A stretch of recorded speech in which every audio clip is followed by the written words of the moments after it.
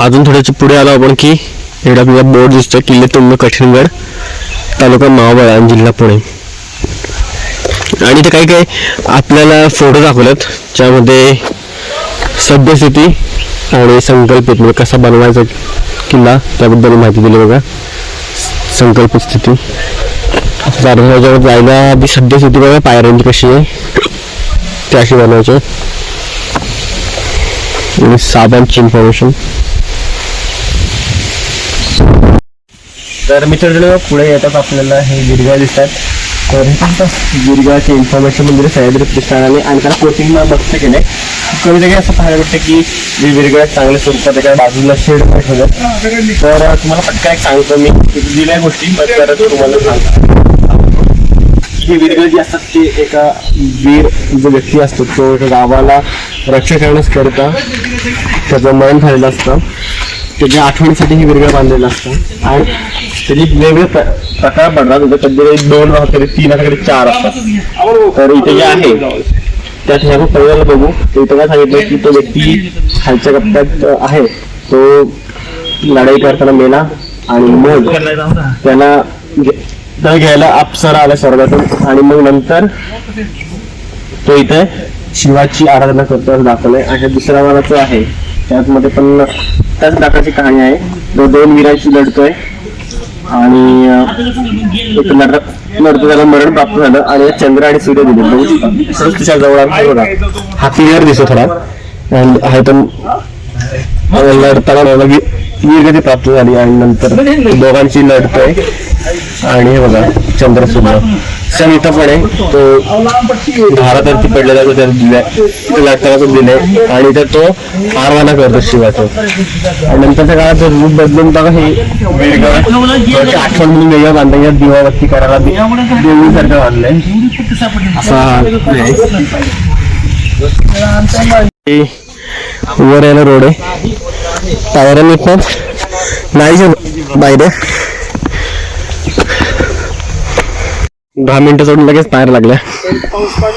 पायऱ्या काय लिहिल्या इथल्या स्वराज्य पायरी रायगडची जशी आहे ना रायगडच्या आपल्या सदरेची इथली स्वराज्य पायरी नवीन केलंय. लगेच हनुमानाची मूर्ती भेटली खूप सुंदर आहे. विसापुरा सावर मस्त आहे ना हनुमानाची मूर्ती एकदम मस्त आहे. जे बरी झाले दगडावरची. इकडे गणेशाची मूर्ती आहे मागे तिथे थोडीशी जुनी झाली खूपच खंड पावली. हा परिसर इकडचा लगेच थोड्याशा अशा कठीण पायऱ्या लागतात कातळात कोरलेल्या. ह्या पायऱ्या चढताना रोप पण दिले पकडायला नशीब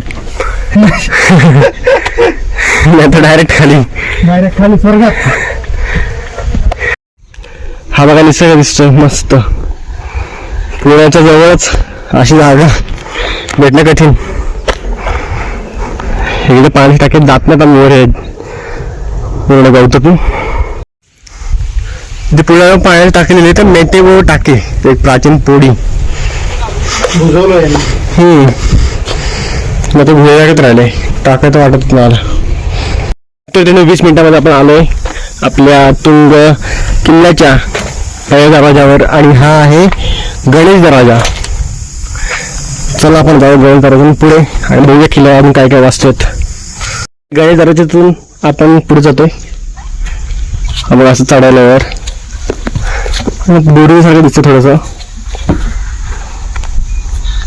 लगेच कळी जायचं लगेच हनुमान दरवाजा येतो आणि त्याला मस्त तरी दरवाजा पण लावलाय. जाऊन बघूया आणि 2 स्वराज लक्ष किती आहे बघा ना किती वाजतो. हनुमान दरवाजा जिथून मी आलो आणि अजून परत वर जायचं आपला टप्पा आहे हा सर तुमचा आहे. गणेश मंदिर आले तर 5 टाकी मस्त आहे. आणि मगाचे कुत्रे बघितले आपण त्यांची आई वाटते इकडे बसले.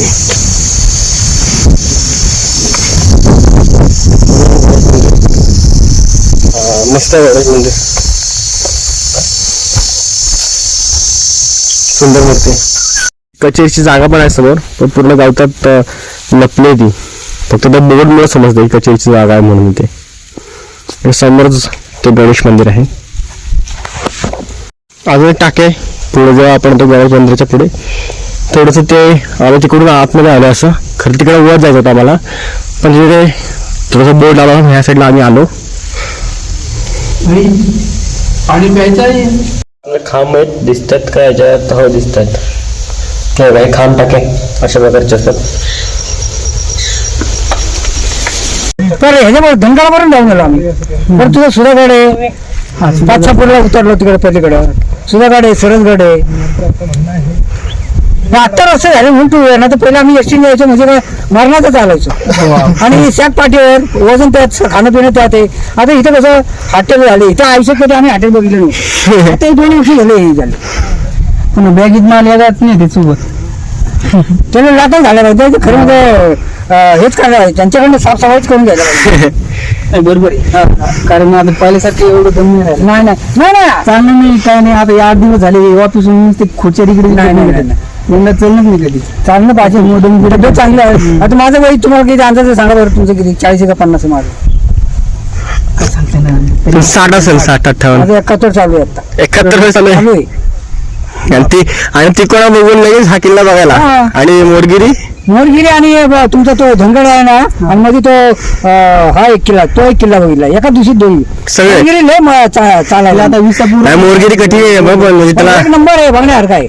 पण त्याला जास्त हे नाहीत ना, काय म्हणतात त्याला, अवशेष नाहीत ना. अवशेष नाहीये, पण किल्ला आहे तसा. वरती आहे ना देवीचं मंदिर आहे, पाण्याचा टाक आहे, भरपूर आहे. किल्ल्याला जेवढं बघाल तेवढं. आता उन्हाळ्यामध्ये हा किल्ला वेगळा दिसत, पावसाळ्यात आला तर बघा, थंडीमध्ये आलेला वेगळा दिसाल. आता आम्ही टिपूर पौर्णिमेच्या कोजागिरीला आम्ही तोरण्याला गेलतो. आम्ही 14 जणच गेलतो. रात्री 10-11 वाजता 2-2:30 आम्ही किल्ल्यावर होतो. बापरे. त्या देवीच्या मंदिरात एक नंबर. त्याचं नाव काय बाबा? रमेश हिंगडे. रमेश हिंगडे. चांगलं. माझ्या वडिलांना पण सवय होती. आता ते खाली जी लोक होती ना, त्यांनी ते काय माझ्या वडिलांची इच्छा होती म्हणून त्यांना ते किल्ल्याची कामं चांगली करतात. त्यांना 2 गोष्टी सांगितल्या होतं, एक गडाचं मंदिर आणि पाण्याचा टाक.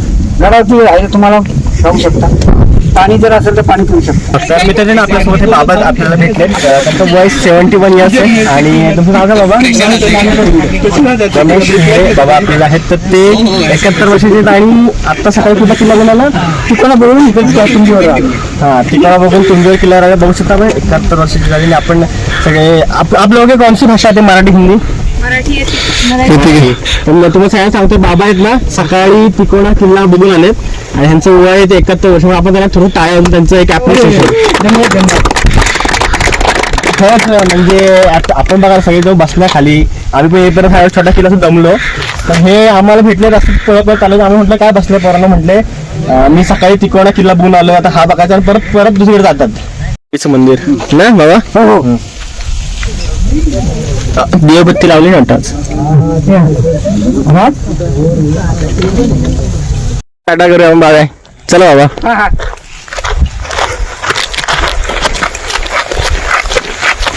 ट्रेन तयार झाली दादा. ट्रेन तयार झाली सगळ्यांची.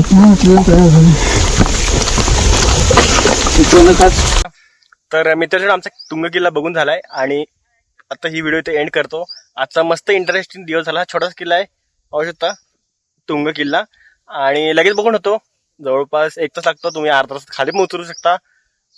जास्त वर बघण्यासारखं जास्त ठिकाणं नाहीत, म्हणजे आहेत आणि लांब पण नाहीयेत. एकाच जागी सगळी ठिकाणं आहेत.